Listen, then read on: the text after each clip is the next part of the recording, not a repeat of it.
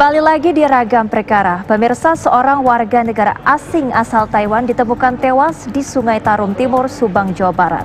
WNA yang ternyata berprofesi sebagai pengusaha roti tersebut diduga menjadi korban pembunuhan setelah sempat dinyatakan hilang. Lantas siapa pelaku yang tega menghabisi nyawa korban? Berikut kabar selengkapnya.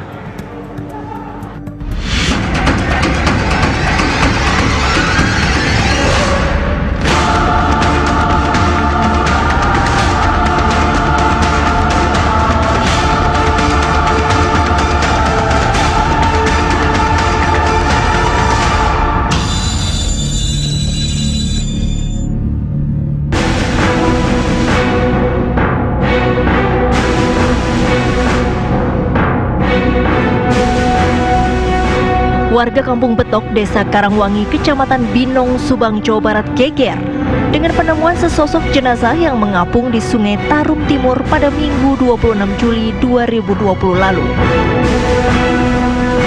Jasad tersebut ditemukan dalam kondisi telungkup dan tersangkut di tengah sungai. Setelah ditarik ke bantaran, warga melihat sejumlah luka tusukan di dada dan perut korban. Kondisinya mah lagi nungkerep di tengah, adanya di tengah. Ada yang lewat, taunya itu apa yang ngambang-ngambang gitu. Pas itu ditarik ke sisi, ke pinggir, pakai kayu didorong-dorong. Jadi orang lagi nungkerep. Ada luka, banyak luka. 4 tusukan. Kondisinya kerpos kemak.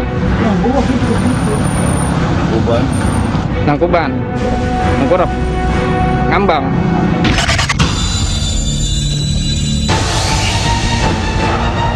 Identitas mayat pun mulai terungkap. Setelah Polda Metro Jaya berkoordinasi dengan Polres Subang, bisa dipastikan korban adalah Su Minghu, pria berusia 52 tahun berkeluarga negaraan Taiwan. Su Minghu yang diketahui berprofesi sebagai pengusaha roti tersebut sempat dilaporkan hilang oleh karyawannya pada Senin 27 Juli 2020.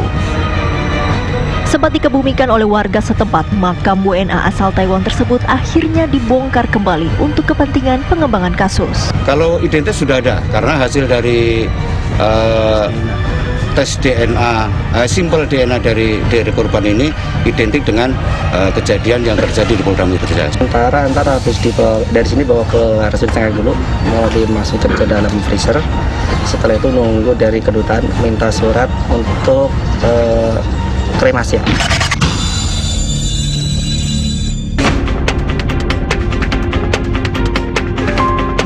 Diduga menjadi korban pembunuhan, polisi pun langsung melakukan olah TKP di kediaman korban di salah satu kawasan elit di Kabupaten Bekasi, Jawa Barat.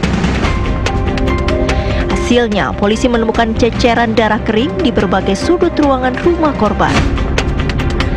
Sejumlah barang berharga milik korban juga diketahui hilang. Polisi menduga pelaku berjumlah lebih dari 1 orang. Pelaku punya waktu yang cukup banyak sehingga sempat melakukan pembersihan terhadap lantai dan itu terlihat. Namun ceceran atau percikan darah yang ada di kamar mandi dan di beberapa titik itu menandakan bahwa memang terjadi TKP itu adalah di rumah ini. Di perumahan Kota Delta Mas, klaster Karibean, Cikarang Pusat merupakan tempat kediaman dari warga negara asing bernama Su Minghu yang sempat hilang kemudian ditemukan tewas di Sungai Tarum Timur, Subang, Jawa Barat beberapa waktu lalu.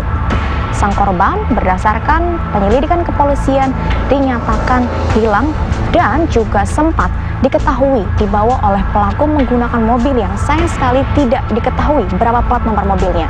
Serta di dalam rumah pada saat pemeriksaan juga ditemukan bercak darah. Diduga korban sempat dianiaya terlebih dahulu untuk kemudian dilarikan menuju Subang, Jawa Barat.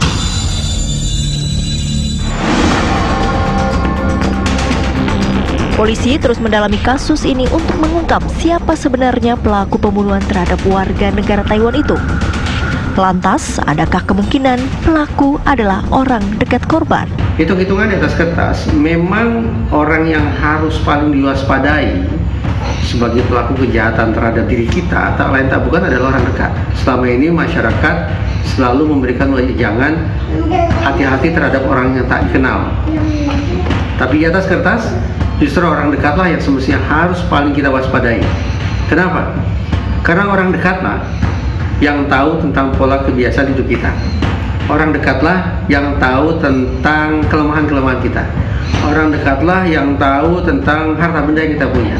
Orang dekatlah yang tahu apakah kita dalam kondisi aman atau dalam kondisi terancam. Apakah kita dalam kondisi terjaga atau tidak dikawal oleh siapa-siapa.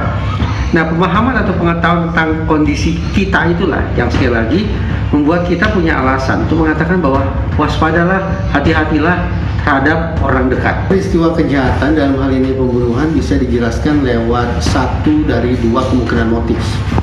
Pertama adalah motif amarah. Bisa kita bayangkan pelaku menghabisi korbannya karena dilatar belakangi oleh kebencian, dendam, frustrasi, sakit hati, atau perasaan-perasaan negatif lainnya.